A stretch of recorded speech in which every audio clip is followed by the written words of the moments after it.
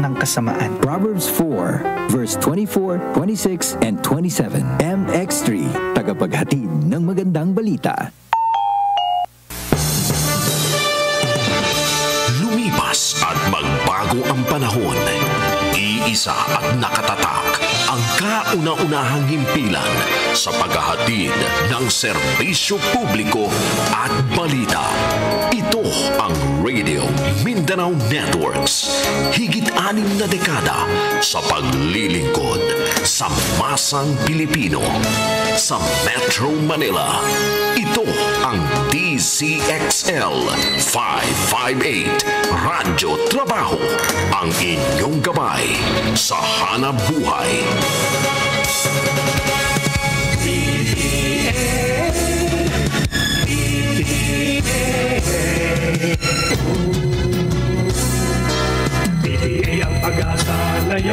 Sabi nga nila, education is key sa pag-unlad ng bayan at ng sarili. Pero paano na kung ang mga kabataan na sana ay pag-asa ng bayan, marami sa kanila ay wala sa paaralan? Paano na ang kanilang kinabukasan? Kaya't mga magulang, guro at mga kabataan, sa tulong ng Parents Teachers Alliance o PTA, halina't pagtulungan natin pag-uusapan ang mga hakbang at solusyon sa problema ng edukasyon sa bansa, lalo na ngayong panahon ng pandemya, sa programang Sandigan sa Kaalaman. Matatag, masigasig at malakas na samahan. Sandigan sa Kaalaman.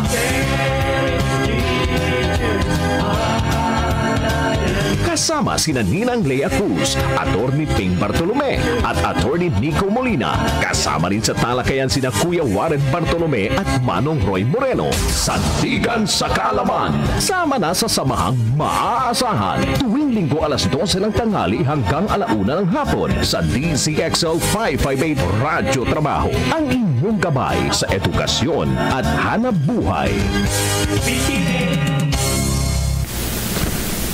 Isang magandang tanghali po muli sa ating lahat, Luzon, Visayas at Mindanao, at sa ating mga OFW na mga nakikinig, isang magandang tanghalian po sa atin. Welcome po sa 8th episode ng ating Sandigan sa Kaalaman. Sa ngayon po ay solo muna po tayo at hayaan niyo po na kwentuhan ko kayo dahil marami-rami tayong mga kababayan na napasaya at nahatiran ng tulong itong nagdaang araw. At ang pagbati po ng maligayang Pasko sa ating lahat, mas lalo na sa ating mga nakikinig ngayon. So sa Baya Puntas po ay makakakwentuhan natin ng ilan sa kanila at yung paghahatid tulong ng munting tulong natin na mga pamasko sa parents teachers mula po dyan sa Bulacan. Ganon din po dyan sa Nueva Ecija, sa Fairview, sa Tondo, Cagayan at Isabela. Halos araw-araw po kami ay lumalakad upang makapaghatid ng kasiyahan sa ating mga kababayan. So ito pong hatid tulong natin sa public school sa Hagonoy, Bulacan ay ipakikita po namin yung 11 public school na kung saan ay sila po yung ating mga nabiyayaan. Ito po ay ang Federico Suntay Elementary School, Carillo Elementary School, San Juan Elementary School, Teodora Cruz Elementary School, San Sebastian Elementary School, Hagonoy East Central School, San Agustin Elementary School, Hanga Elementary School, San Pedro National High School, Iba National High School, Iba Elementary School. So yan po yung pong nakikita nyo na yan na napapanood ngayon na ibinahagi natin sa ating mga kababayan ang kanilang munting kahilingan ay mga computer sets, printer, school supplies, paint, cement, oxygen tank at kung ano-ano po pong mga gamit na mga pang-eskwela ng ating mga mag-aaral. So nakakatuwa nga po dahil nung tinatanggap nila ang kanilang mga munting kahilingan ay hindi po nila sukat akalain na ganun po kabilis nilang matatanggap ang kanilang munting kahilingan. at iisa lang ang kanilang mga ngiti at ang sinasabi nga nila, napakagandang pamasko po nito sa ating mga kabataan at sa mga magulang. At syempre po, yung napakagaan po ng ngayon ng mga pakiramdam ng mga teachers, kasi po sila po yung kauna-unahang mga namumroblema rito, na kung saan, kung ano yung mga pangangailangan ng ating mga estudyante, ay sila po yung talagang una po na nakakaalam na talagang ang mga estudyante ay marami pong pangangailangan at higit po dapat na naibibigay para po yung mga pag-aaral po ng mga estudyante ay hindi po magkaroon po ng sabihin na natin hindi na po problema ang ating mga magulang, kasi nga po itong karamihan sa ating kabataan ay alam naman po natin ang mga pinanggalingang mga pamilya, mas lalo sa kanayunan, ay hindi po ganun kasapat ang kanilang kakayanan upang matugunan po ang pangangailangan ng mga kanilang mga anak. Kaya nakakatuwa po at nagpapasalamat po kami kila Ma'am Sheila, kung saan po sila po yung nakasama natin, sila Sheila de Guzman, ganon din po kila Miss Cheryl Faustino, kay Ma'am Shirley, kay Sir Michael, at sa mga bumubuo po ng mga guro at mga magulang dyan po sa Hagonoy, Bulacan. Nakakatuwa po at sila mismo ngayon ay talaga namang excited na talagang ipinamamalita sa mga magulang na kung saan may nakatuwang sila, na kung saan kung ano yung pangangailangan ng kanilang mga estudyante ay ngayon ay kanilang napanghawakan na. So yan po yung mga yan ang mga ating mga eskwelahan po na mga naabutan po ng ating mga tulong, ang katuparan sa munting kahilingan nila. At timing nga po dahil ngayong Pasko ay talagang ito yung kanilang pinakamagandang regalo na mga natanggap. So magmula po dun sa Bulacan ay dumako naman po tayo doon sa ating mga nakasama doon sa may noong Miyerkules, December 15 ay nagtungo naman tayo sa Nueva Ecija. So yan yung yung pinakikita pa rin natin ngayon sa Bulacan po yan. Sobrang dami po kasi nung ating naipamahagi diyan po sa Bulacan, kaya kitang-kita niyo naman siguro na ito yung talagang pangangailangan nila. So ito po yung tinugunan po natin. So pagkatapos po ng Bulacan ay magtungo naman tayo sa Nueva Ecija. Oo, na kung saan ay mahigit na 500 na ating mga irrigators association, na mga magsasaka natin diyan sa Nueva Ecija ang ating pong nakasalamuha. So kaya hello po sa ating mga kasama magsasaka diyan. Doon mismo kay Chairman Roberto Adriosula, ang Chairman ng Federation of Farmers Irrigation, diyan sa association, diyan sa NIA, UPRIIS. Ang kanilang samahan ay mayroon silang mahigit po na 14 na chairmans ang kanilang leader at 200 board of director. Kasama rin yung iba't ibang mga officer nila. Ganon din po yung nakasama rin po natin at nabigyan din po natin ng munting tulong yung mga panda riders na pagkatapos nilang mag-deliver ay talagang humabol sila upang makadaupang palad po natin sila, at ang kanilang mga munting hiling ay kanila po nating naihandog sa kanila.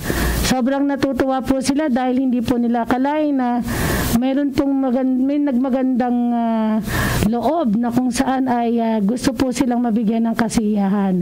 Kaya kasama po sila sa ating nabahagian ng magandang tulong at magandang pamasko. Kaya po dyan sa inyo po, sa masisipag nating mga magsasaka, sa pangunguna po ni Chairman Roberto Adriosula, ng Chairman ng FFIA sa Zone 1, dyan po sa NIA, UPRIIS.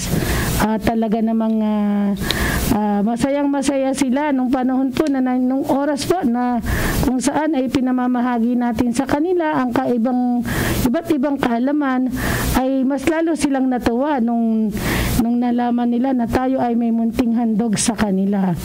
Simpleng handog pero para sa kanila ay napakalaking bahagi nito at magandang pamasko na para sa kanila. Alam naman po natin ang magsasaka ay simple lamang ang kanilang mga kagustuhan at itong simpleng mga regalo na naibabahagi natin sa kanila ay talagang nakakapagpasya sa kanila. Nakakatuwa nga po dahil itong ating mga karamihang mga magsasaka na to ay masisipag kahit na talaga nang sabihin natin na dumaan din sila sa napakaraming pagsubok dahil nga po dun sa sitwasyon na yung pagbaba ng presyo ng kanilang produkto ay nakakita sila ngayon ng mga kakampi dahil andyan na naman yung ating hinahing sa kanila na kung saan yung ating pwedeng pagtulungan. Mas lalo na yung usapin po na market para sa kanilang mga produkto.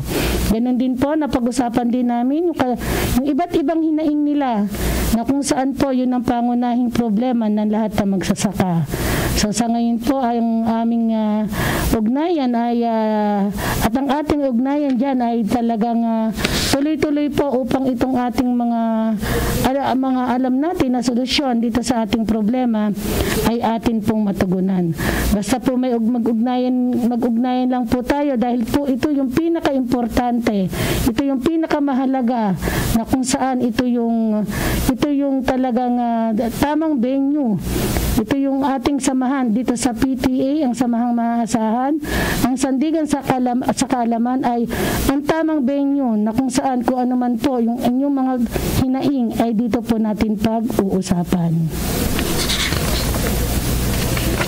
So ganun din po sa ating mga kasamahan po na mga dumako naman po tayo pagkatapos po natin dito sa Santa Rosa, Nueva Ecija. Pagkatapos po nating bahagian ng mga tulong itong ating mga riders at ang ating mga farmers, ay dumako po tayo dito naman sa kasamahan natin. Che, meron ba tayo Santa Rosa? Meron tayo makakakwentuhan? Okay na? Si Sir Lito Javier, makakasama po natin at makakapanayam natin. Ito po yung pagkatapos ng Santa Rosa. Sila po naman yung ating musikero na kung saan po sila yung binigyan natin ng tulong. Ito pong 30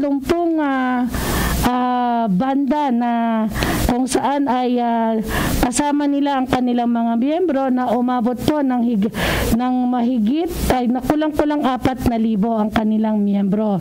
Itong 30 samahan po ng mga musikero. Ito po ay nagpinapasalamatan natin si Ma'am Ellen Melo Santos na kung saan po siya po yung humiling na kung saan po ay mabigyan po ng kasiyahan at mabigyan ng ngiti sa labi itong ating mga kababayan na mga musikero. Dahil nga po nung panahon ng pandemya ay talagang isa po sila sa tinamaan po ng napakalaking problema sa kadahilanan na talaga namang nung panahon na yan ay kailangan po talaga lahat na mag-ingat at talagang yung panahon na yon ay wala kahit sino po na makahanap buhay. At isa po sila sa talagang isa sila sa talagang tinamaan at wala pong pinagkakitaan. So nakakatuwa rin nga po at mismo sila na ang nagbanggit na ngayon lang po sila nakatikim ng ayuda magmula po dun sa nagmay magandang loob at na gininto ang puso na kung saan napakalaking bahagi ng kanilang natanggap na ayuda. So ngayon po makakasama natin at makakatalakay po natin sa kwentuhan natin ang kanilang band organizer, ang leader po si Sir Angelito Javier at saka po si Sir Hilario San Pedro. Sir Lito, magandang tanghali po. Sir Lito.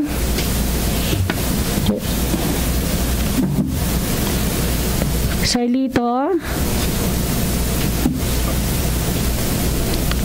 So, para yatang medyo mahina yata ang signal. Opo. So, ipagpatuloy ko lang po yung kwento po nung aming napakasayang nawawalan daw ng signal si Sir Lito. So, ipagpatuloy ko lang po yung kwento habang hinihintay natin sa linya si Sir Lito. Ikwento ko lang po nung yung ating naging programa dito po sa ating pong mga nakasama na kulang-kulang na 4,000 mga musikero nung December 15. Sobrang nakakatuwa sila kasi makikita mo sa kanila yung saya na parang ito yung kanilang kauna-unahang paglabas ng kanilang mga kanya-kanyang mga lugar at parang noon lang din nila nagamit ang kanilang instrumento upang yung kanilang talagang pagiging musikero ay maipakitang muli. So nasan din niya na raw po si Sir Lito. Sir Lito, magandang tanghali po. Magandang tanghali po. Opo, Sir Lito, kumusta na kayo pagkatapos ng ating pag-uugnayan at pagpuprograma nitong nakaraang December 15 at ngayon nga ay kumusta na dahil ito nga pong Kapaskuhan? Ma'am, very overwhelmed po ang ating mga musikero. For the first time po, nadinig po yung aming mga munting kahilingan po na dininig po ninyo. Masayang-masaya po yung mga kamusikero ko po dito po sa lalawigan po ng Nueva Ecija. Opo, nakakatuwa nga po at kinukwento ko nga po sa kanila at nakikita ngayon dito mismo yung ating mga naging programa. Sinabi ko nga po na after ng pandemic ay ito lang yung pagkakataon na makalabas silang muli at ipakita yung kanilang galing pagdating sa pagiging musikero.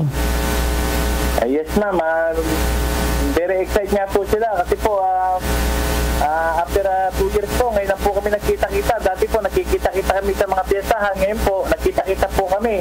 Pamamagitan po ninyo, nadinig po yung aming mga kahilingan. At napakalaking bagay po sa amin yun, ma'am. Opo, at kami rin po, Sir Lito, ay karangalan po namin na makatulong po sa inyo kasi po kayo yung industriya na mga hindi napapansin pero kung titingnan nyo, kayo yung malaking samahan at kayo yung isa dapat sa binibigyan ng pugay kasi ang inyong profesyon ay hindi po ganun kadali. Ito po ay talagang ito ay inyong pinaghirapan at nakikita naman natin na kayang ipagmalaki ang inyong industriya sa larangan po ng ating musika at ako nga po ay humahanga at talagang nakita ko kung gaano po kagaling ang mga musikero mas lalo na dyan sa atin sa Nueva Ecija. Yes ma'am, napakasayo po ng mga kapwa musikero.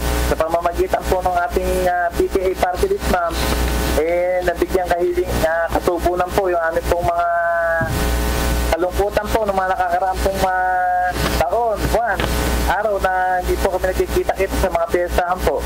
Mabuti po at magindaan po yung aming kaibigan si Ate Elet para po parating po sa inyo na kami po sobra na po na nalulungkot po na hindi na po kami nakakalabas sa mga piyestahan po gawa po nitong pandemic. Mabuti po at nandiyan po kayo at nalalay po kami, nagkasama-sama po kami para po kami nag-Christmas party for the first time po, mga musikero ng Nueva Ecija. Oo nga po at sobrang nakakatawa. Nakita ko po yon, talagang witness po ako. Saksi ako dun sa kasiyahan ng bawat musikero. Iba yung ngiti sa kanilang mga labi nung oras ng ating mga programa. Nakita ko sila kung paano talaga nila talagang ibinigay ang kanilang galing nung oras po nung tayo ay nagpo-programa. Kaya nga po, nagpapasalamat nga din po ako kay Ellen kasi siya yung naging daan at naging tulay natin upang ang inyong kahilingan ay ating matugunan. Nagpapasalamat din po ako kay Mayor Ella Naganyo kasi binigyan po tayo ng espasyo at talagang mainit po ang pagtanggap sa atin sa bayan ng San Leonardo. Maraming salamat po sa inyo at kay Vice Larry, thank you rin po sa inyo. At talaga namang nakita ko rin yung inyong nakita ko kung paano nyo rin po iayos Sir Lito yung ating mga bawat grupo ng musikero. Nakita ko po yun kung paano nyo sila organisahin. Kaya saludo po ako sa inyo dahil pag ganito po ang samahan ay talaga pong kakaiba po talagang may mararating po kayo. Opo, ma'am. Nakarating na rin po, ma'am, sa mga ibang kalalawigan po natin na bayan, mga banda po ng musikero. Tungkol po sa naging kanaganapan natin, napakasaya po. Napanood po nila tayo. Ang tanong po nila, ma'am, sana kami, ganun din. Sana all, sabi nila. Buti pa sa Nueva Ecija, napagtipon-tipon ng mga musikero. Sana kami din. Mapuntahan din ni Ma'am Lea ng PTA Party List. Ay opo, tayo naman po ay laging bukas palad sa ating mga kababayan na kung saan may nangangailangan. So siguro po Kuya Lito ang maging daan upang sila naman po ay ating mapuntahan at matugunan kung ano man po ang kanilang pangangailangan. Umasa po sila na kung ano man po yung kanilang kahilingan ay atin pong matutugunan. Bigyan lamang po tayo nila ng konting panahon upang sila po ay makaugnayan at mabigyan po tayo ng detalye. At napakaganda po niyan, Kuya Lito, dahil nakikita po natin na talagang yung samahan nyo, hindi lamang pala dyan sa Nueva Ecija, kundi sa iba't ibang dako pa o lugar po dito sa atin sa Pilipinas. At asahan nyo po ang inyong sektor ng musika, kayong mga musikero na isa sa nagbibigay po ng kalakasan at naniniwala po kayo naniniwala po ako na ang inyong kasamahan ay makakaambag po sa pagbangon ng ating malaking pinoproblema na ekonomiya. Nakikita ko rin po na itong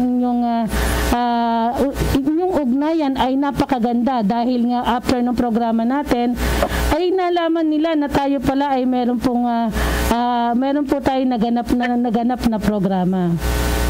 Yes po, ma'am. Opo. Yung mga kapwa po namin musikero ng Bulacan po, nagdano na po sa amin, nag-message na po. Sabi niya, sana marating din kami ni Inang Lea sa Bulacan. Sabi niya, Kuya Dito, yung mga banda dito sa Bulacan, sana mabigyan din kami ng tugon ni Inang Lea. Para naman kami ay maging masaya sa darating na Pasko na ito. O hindi man darating na Pasko kahit sa mga susunod na araw. Ay sige po, hayaan nyo Kuya Lito at bigyan nyo lang po kami ng detalye at siguro sa pamamagitan nyo Kuya Lito, kayo yung naging tulay upang ang mga musikero naman natin sa probinsya ng Bulacan ang ating pong hahandugan ng kanilang munting kahilingan. So Kuya Lito po, batiin nyo po yung ating mga nakikinig dyan sa ating mga kababayan dyan sa mga kaprobinsya dyan sa Nueva Ecija. Okay. Sa mga kaprobinsya dito sa lalawigan ng Nueva Ecija, unang-una sa mga banda ng musikero, mga miyembro ng musikero, mga nangangasiwa ng banda ng musikero, maraming salamat sa inyo sa pagtugon nyo at pagdating nyo sa pagtitipon natin upang makarating tayo sa tumugon sa ating kahilingan itong ating PTA Party List na pinangungunahan ng ating representative na si Ninang Lea Cruz. Sana tulungan natin na parating humility ng ating representative si Ninang Lea. Dahil hindi sa ating karating na probinsya, gaya ng Bulacan, Bataan, Cavite, nananawagan po kami na sana po tulungan niyo po kami dito sa unang-una po sa nagbukas po ng pintuan para po maginig po ang kahilingan ng mga musikero. Ito pong ating PTA Party List. So soon po, makarating na po kami ng Bulacan, saka po na itong Bataan, and then Cavite, Laguna, at sa mga karating bayan po na may mga banda ng musikero. Tulong-tulungan po natin. Okay po, Kuya Lito, at napakagandang mensahe para sa ating mga musikero. Maraming salamat, Kuya Lito, at mag-ingat po kayo lagi. Marami pa po tayo. Salamat po. Opo. Ayan po. Opo, salamat po. Ayan po si Kuya Lito. Ayan po yung leader po ng banda diyan po sa Nueva Ecija. So siya po yung talagang inipon niya itong ating mga musikero diyan po sa Nueva Ecija sa iba't ibang bayan. So ang dami pong bayan diyan sa Nueva Ecija, pero hindi ito naging hadlang sa kanya, at bagkus ay naging inspirasyon pa sa kanya upang pagsama-samahin, dahil ito po yung kanilang unang pagtatagpo pagkatapos po ng pandemya. Maraming salamat po, at muli po karangalan naming tumulong po sa inyo. So sa mga banda natin dyan sa Bulacan, sa Cavite at sa Bataan, ay hintayin nyo lamang po kami at iaayos po ng Secretariat Team ang pagdalaw po sa inyong grupo na kung saan nandun po kayo. So muli po ang pasasalamat namin sa ating mga kasamahan diyan, sa ating mga musikero. Salamat po. Salamat po. Ingat po lagi. Apo. Okay, thank you po. Bago po tayo magpatuloy ay magkaroon po muna tayo ng commercial break.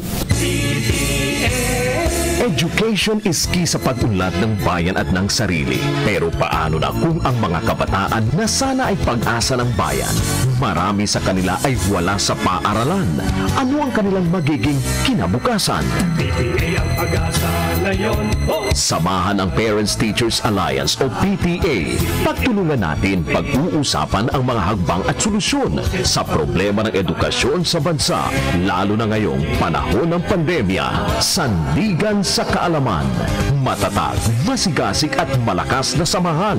Kasama sina Ninang Lea Cruz, Attorney Ping Bartolome, Attorney Nico Molina, Kuya Warren Bartolome at Manong Roy Moreno. Tuwing linggo alas 12 hanggang 1:00 ng hapon sa DCXL 558 Radyo Trabaho.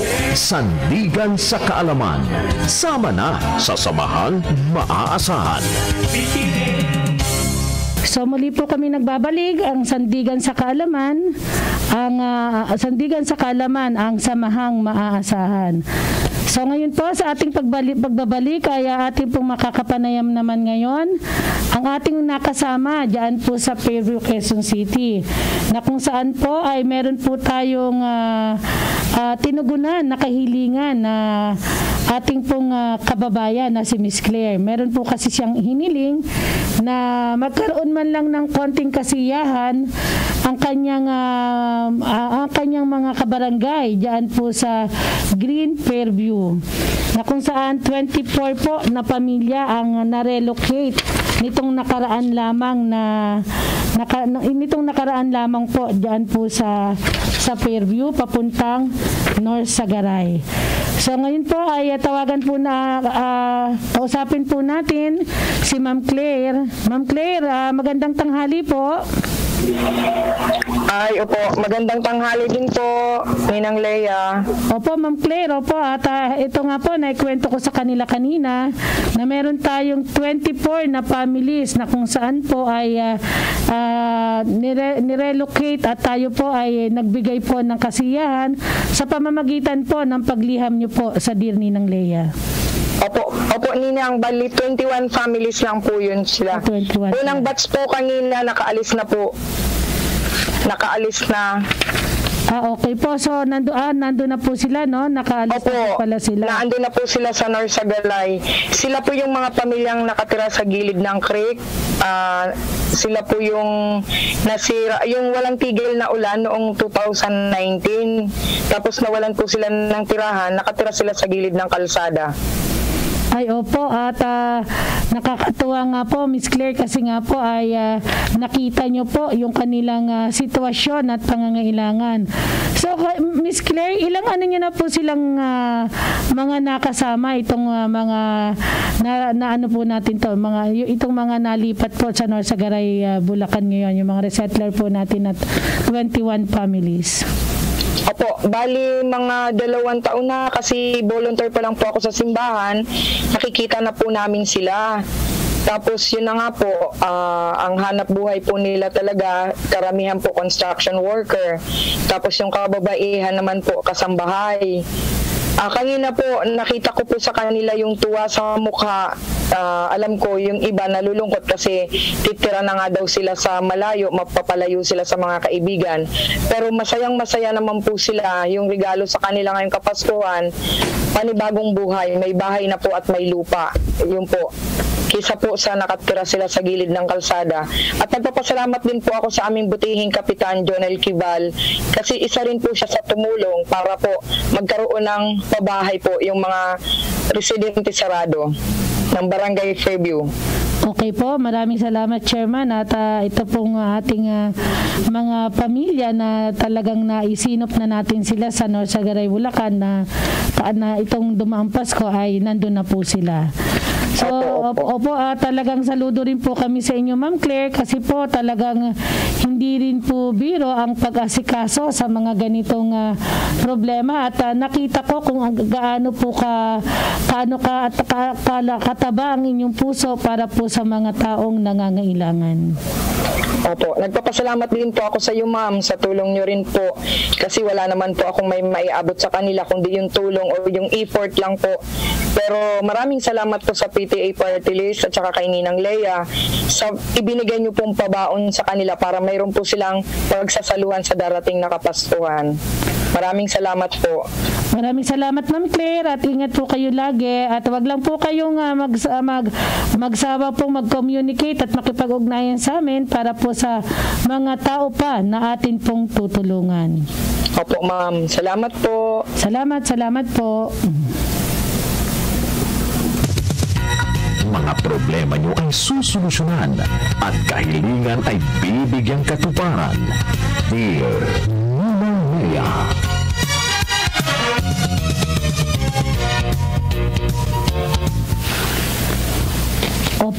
Nagbabalik po kami muli ang inyong sandigan sa kaalaman, ang samahang maaasahan.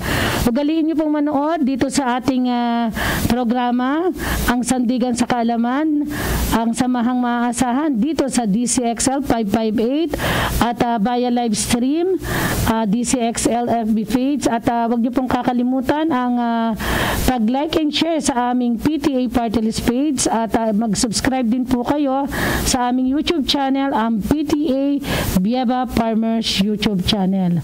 So pagkatapos po ng ating pagtulong nung umaga doon sa ating mga resettlers ay pumunta po tayo at doon mismo sa isang barangay na kung saan nasunugan ang barangay 96.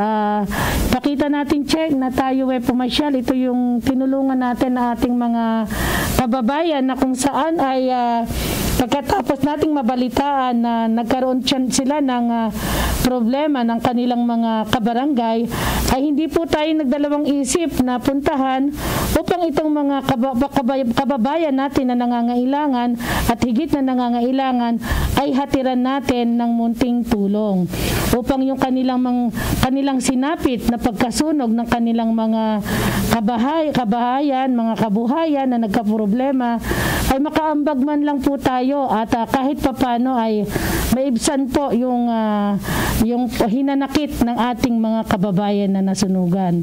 Yan po ay sa Barangay 96.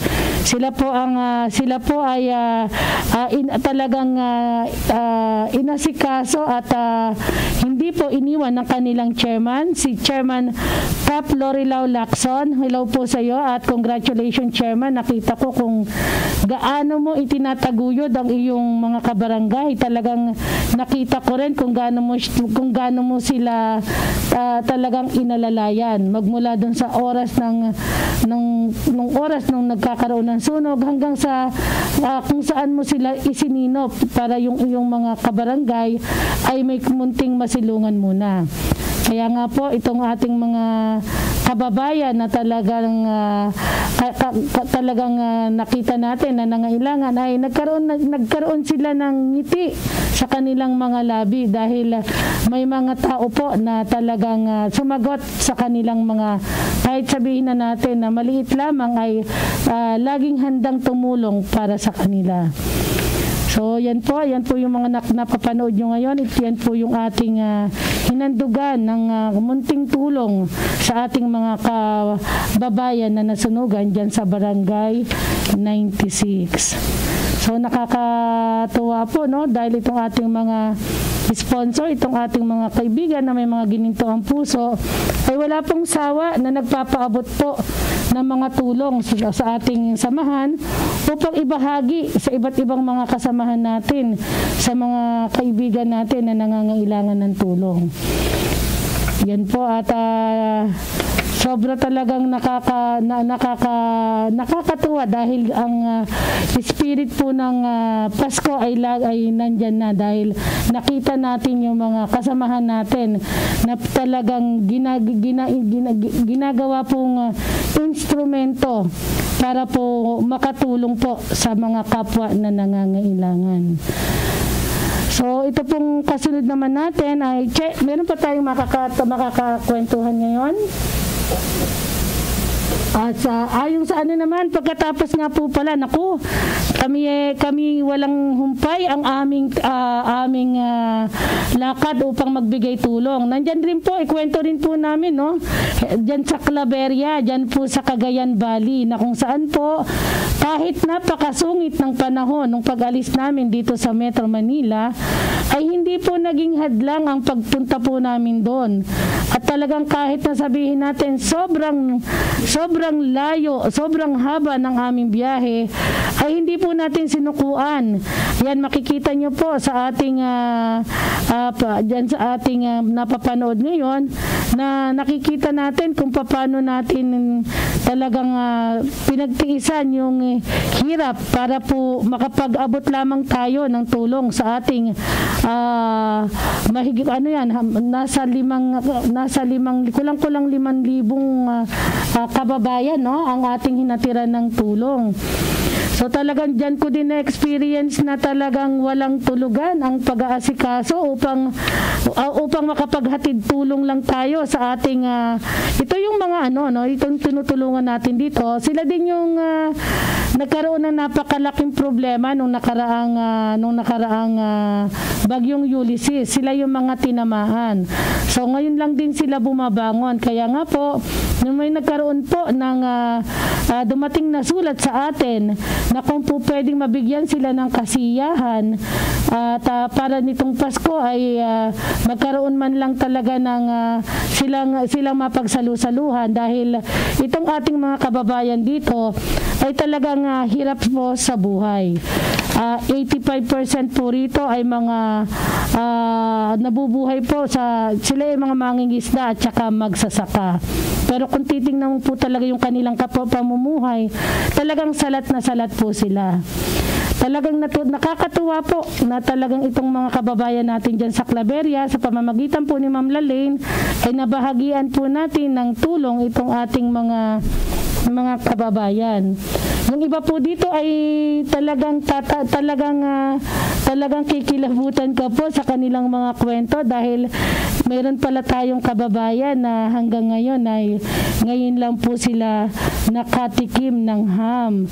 At ang tawag po nila nung nakita nila yung ipinamamahagi ng ham ay ang salita nila, bumabaha daw po ng ham, at hindi sila makapaniwala dahil first time nilang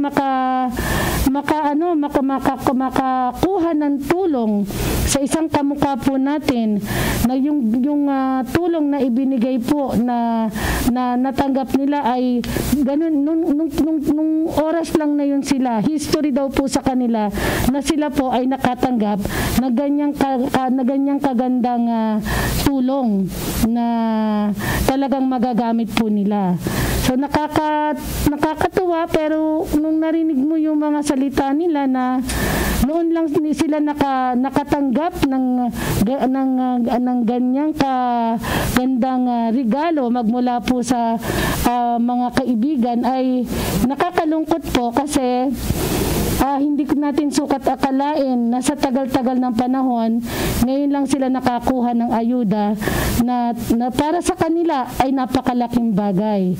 So kaya nga po, sinabihan ko po ang ating mga kababayan, ang ating ugnayan ay itong pag-uumpisa pa lang natin, ay ito po ay ating pong regular na gagawin. Mas lalo na po pag-araw po o bago dumating ang Kapaskuhan, dahil po nakita po natin ang ating kababayan dyan ay sila po ang higit na nangangailangan.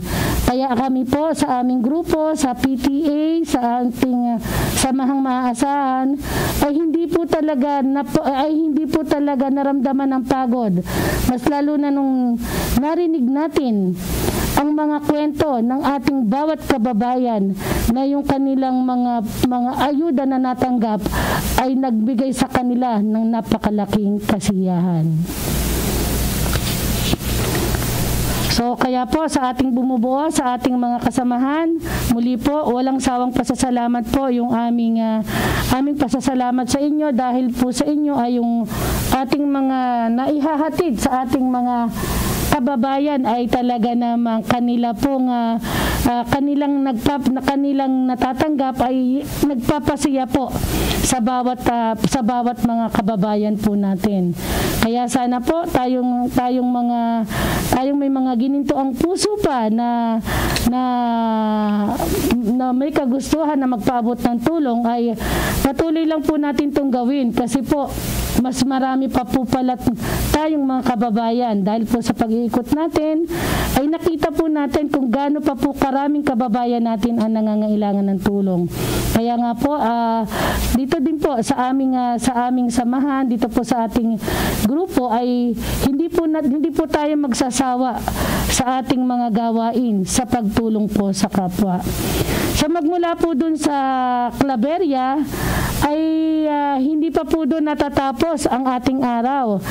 Kahit po talagang wala pang pahinga, talagang talagang naranasan natin doon na isang beses lang kumain sa isang araw, pero hindi na natin yun alintala sa atin, kasi ang iniisip po natin ng oras na yan ay maabot po natin yung ating mga kababayan na nangangailangan, kasi nga po alam natin na yung mga kababayan natin ay naghihintay po sa atin. Kaya nga po pagkatapos po namin dyan sa Claveria ay nagpunta po tayo doon po sa Isabela, kung saan 44 na public school naman po ang binigyan po natin ng munting handog, na kung saan po karamihan po na yan ay yun po yung mga nasa kanayunan din na mga eskwelahan. At kaya nga po hindi po tayo nagdalawang isip sa pamamagitan po ng ating letter sender na Miss Hazelyn Gamay, na kung saan ang hininga niya ng tulong ay ang kanyang mga kaprobinsya, na kung saan ay kailangang matulungan yung pangangailangan ng mga parents at teachers para sa kanilang mag-aaral. Ngayon po ay makakapanayam natin si Miss Hazelyn Gamay ng Santiago, Isabela.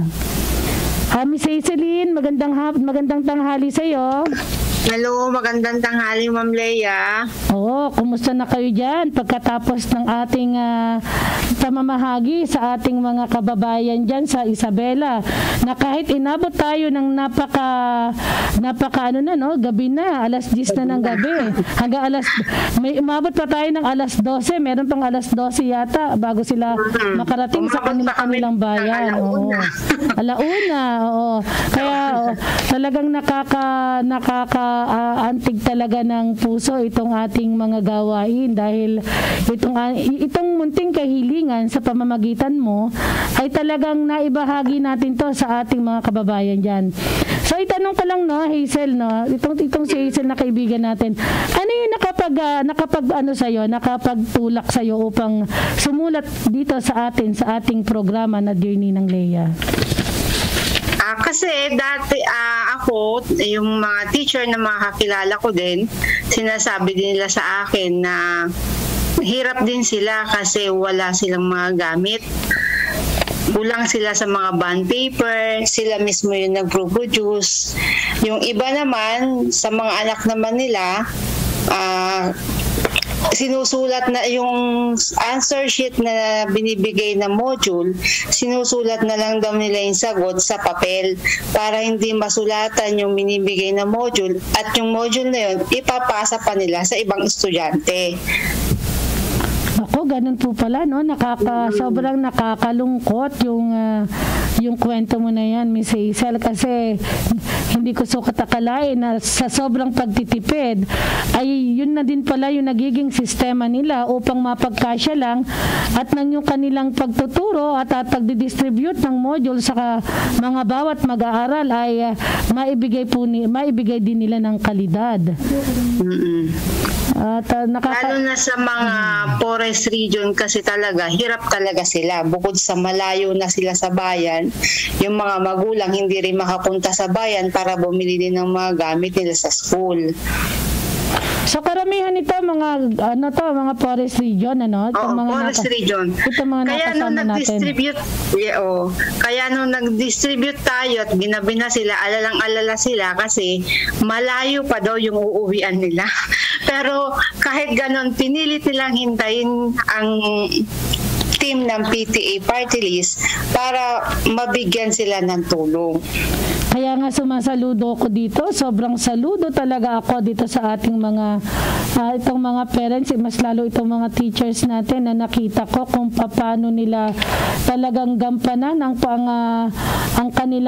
kanilang pagiging guro, dahil nakita ko rin yung sitwasyon niya, dahil yung layo ng kanilang lugar ay para hintayin ang ating grupo na kung saan nanggaling pa nga ng Claveria, no? Kita mo naman yung hirap din namin na dinanas dun sa Claveria para makabigay tulong sa ating mga kababayan. Pero yan ay talagang hindi natin pinanghihinayangan, bagos ay ginagawa pa rin natin tong inspirasyon upang itong mga malalayong lugar na inaabot natin at kinararangal nga natin na tayo ay makatulong sa kanila, dahil itong mga programa na munting na ibibigay natin na tulong ay alam natin na kahit papano ay maiibsan ang kanilang paghihirap. Kaya nga sa inyo siguro talagang itong ating samahan ay lalo pa nating palawakin. At itong ating programa na kung saan ito yung makakatulong sa ating mga, mas lalo na sa ating kabataan, ay ito yung ating tututukan, dahil alam naman natin na ang kabataan ay siya yung tulay ng ating kinabukasan. Pero ang nagiging napakalaking problema nga natin, paano itong mga kabataan kung ito'y nakatambay lamang, kung ito'y wala talagang kakayanang mag-aral dahil ang pamilya nila ay walang kakayanan. Kaya nga itong pang-edukasyon natin ay talagang kailangan lalo pa nating palakasin. At itong tulong pangkabuhayan para sa ating mga magulang, ganun din sa ating mga teacher, ay talagang kailangan din po siguro natin na isa yan sa isa po natin na talagang sisikapin na mapagtagumpayan. Ganun din yung agrikultura, dahil alam naman natin na ang ating mga teachers ay mga farmer din sila. Dahil alam naman natin na hindi sapat ang kanilang nakakamtan sweldo sa kanilang mga profesyon, sa kanilang hirap na dinadanas kung paano nila maitaguyod ang mga estudyante.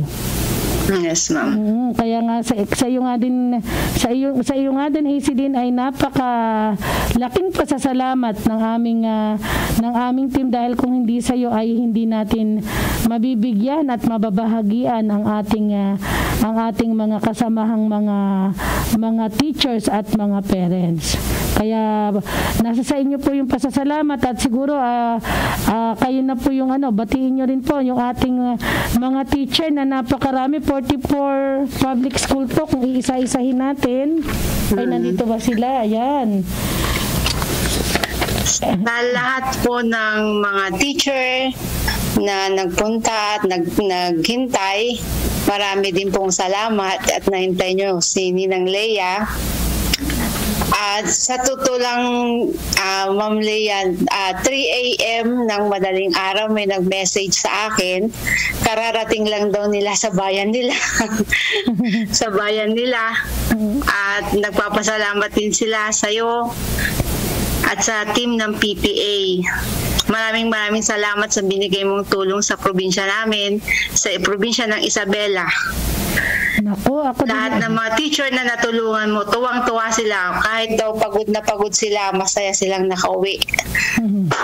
Ganon din Dahil sa sa naibigay mo. Ganon din sa amin, kami ay sobrang tuwan-tuwa rin na kami ay nakatulong sa ating mga teachers dahil alam natin na ito yung kanilang pangangailangan.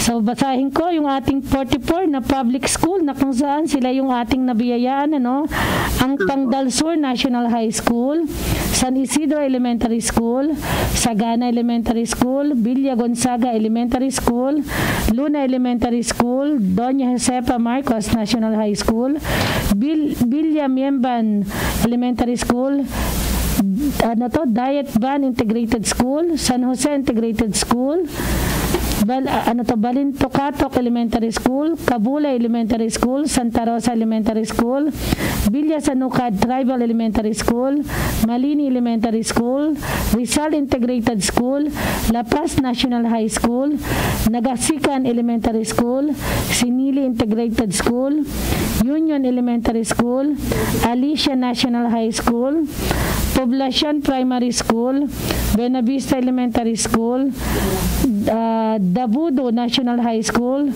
Janao Elementary School, San Antonio Elementary School, Luna National High School, Sagana One Child Development, San Isidro Integrated School, Banawag Elementary School, Diparicao Elementary School, Nagbokel Elementary School, Cebu Integrated School, naku may Cebu pala dyan, Arabiat Elementary School, Ambatali Elementary School, Ascaris Elementary School, Ramon National Elementary, Dalao Elementary School, Villa Beltran Elementary School, Quirino Central Elementary School, Sagana National High School, Salvacion Elementary School, San Ignacio Elementary School, San Manuel Elementary School, Villa Flor Elementary School. Sila po yung bumubuo ng 44 public school sa probinsya po ng Isabela. So talagang saludo po kami sa ating mga guro kasi talagang ang layo po nila para po pagtiyagaan po yung ating yung ating pag-uugnayan po dito, no? Sobrang layo ng kanilang pinanggalingan. So inintay po nila tayo para lamang po ma-receive nila yung kanilang pangangailangan para sa kanilang mga estudyante. Salamat Miss Hazel at maraming salamat at hello kila Kapitan sa mga tumulong na mga kagawad. Thank you sa inyo dyan at saludo din po kami sa inyo dahil hindi po biro yung pag-asikaso sa ating mga naging kasama dyan po sa ating distribution po ng ating mga pangangailangan ng mga teachers. So maraming salamat Miss Hazel. Maraming salamat din po, Ma'am Leia. Okay, ingat po kayo lagi at hello, ikumusta niyo lang po ako sa inyong pamilya, kala Sir Dennis, na kung saan siya po yung talagang punong abala yan po sa ating naging programa. Salamat po. Salamat din po. Opo, yan po si Ma'am Hazel Reyes, kung saan po ay siya yung ating nakasama diyan. Siya din po yung ating kaibigan na kung saan po nakita niya po yung talagang pangangailangan ng ating mga kababayan, mas lalo na po yung mga teacher. Alam naman po siguro natin na ang Isabela ay magkakalayo po ang kabayanan dyan. Talagang sobrang may kahirapan po ang biyahe. Pero doon ko po nakita yung pagpupursigi ng ating mga parents at teacher na talagang nagtiis po sila.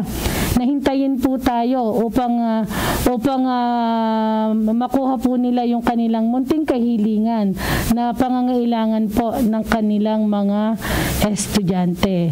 So muli po sa inyo po dyan po sa probinsya ng Isabela, sa mga nakasama natin na mga parents, teachers, saludo po kami sa inyo. Talagang nakita po namin kung paano nyo po talagang ipinaglalaban ang pangarap po ng inyong mga estudyante. So, pagkatapos po nun ay dumako naman tayo, Miss Chen, no? Sa mga, at dahil nga po ay dahil nga po doon sa ating naging programa nung isang gabi sa Dini ng Leia ay nagkaroon tayo ng 3 winners. So basahin po natin ang mga nanalo doon sa ating programa. Nanalo po sila ng Noche Buena Package. So yan po ay magmula po sa Tanawang, Batangas, si Sir Dante de Lima. Congratulations po, Sir Dante. Sa Mandaluyong naman po kay Danny Lee Chan. At doon naman po isa pong taga Santa Rosa, Nueva Ecija kay Cedric Rason. So sila po yung mga nanalo sa ating programa sa Dear Ninang Leia. So nakakatuwa po at yung ating pang-araw-araw na mga dumaan ay hindi natin pinanghinayangan ang pag-abot ng tulong sa ating mga kababayan.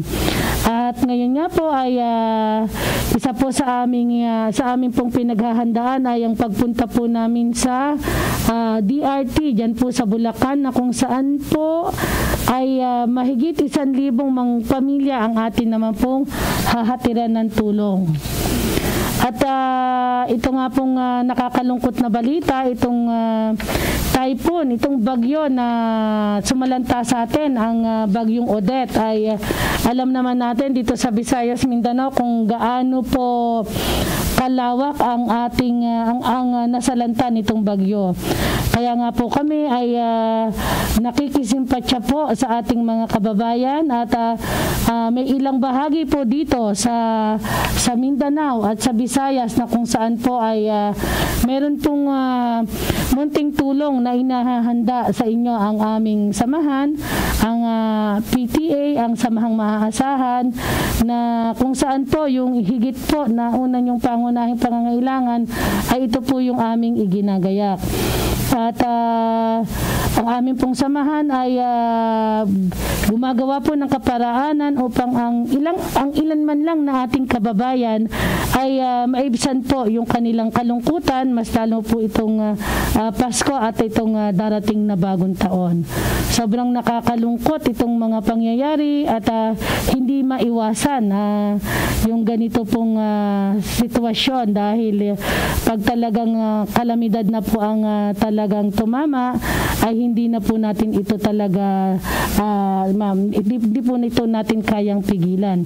Kaya po ito sa aming munting handog, munting pagtutulungan, itong aming samahan ay pipilitin natin na ang ating mga kababayan na mahahatiran ng tulong, mas lalo na po dyan sa Siargao, kay Vice Mayor Jessa Marili Mascardo, na kung saan sila makakasama natin dyan sa Socorro, Surigao del Norte. Ganon din po sa iba nating makakasama dyan sa Davao kay Kagawad Topper Gomez. Yan po yung ating mga makakasama. At yan po sa Palawan ay si Miss Mau ay atin din pong makakasama para po magbigay po ng munting tulong sa ating mga kababayan na higit na nangangailangan, mas lalo ito yung mga tinamaan po ng kalamidad. At yan po syempre sa Cebu, na kung saan po kila Sir Arman de Lima ang makakasama natin sa pagbibigay tulong sa ating mga kababayan na tinamaan po ng itong pananalanta ng bagyong Odette. So, naku, ang bilis ng oras at kahit nagsosolo ko dito ay talagang kitang-kita natin na talagang ang oras po natin ay kulang na kulang para sa ating talakayan. So muli po, ito ang inyong Ninang Leia. Hanggang sa muli sa ating talakayan, ang sandigan sa kalaman, ang samahang maaasahan. At siguro pa sa mga susunod nating mga pagkukwentuhan ay makakasama na natin diyan si Attorney Ping, si Attorney Nico Molina at sila Manong Roy Moreno ng Mindanao. At dito na po nagtatapos at hanggang sa muli ang ating programa ay inyo pong makakasama. Maraming salamat po.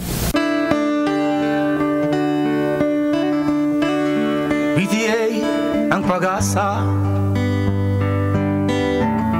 pag-asa ng kabataan, pagmamahal sa magulang. PTA ang kakampi para sa lubos na pagbabago.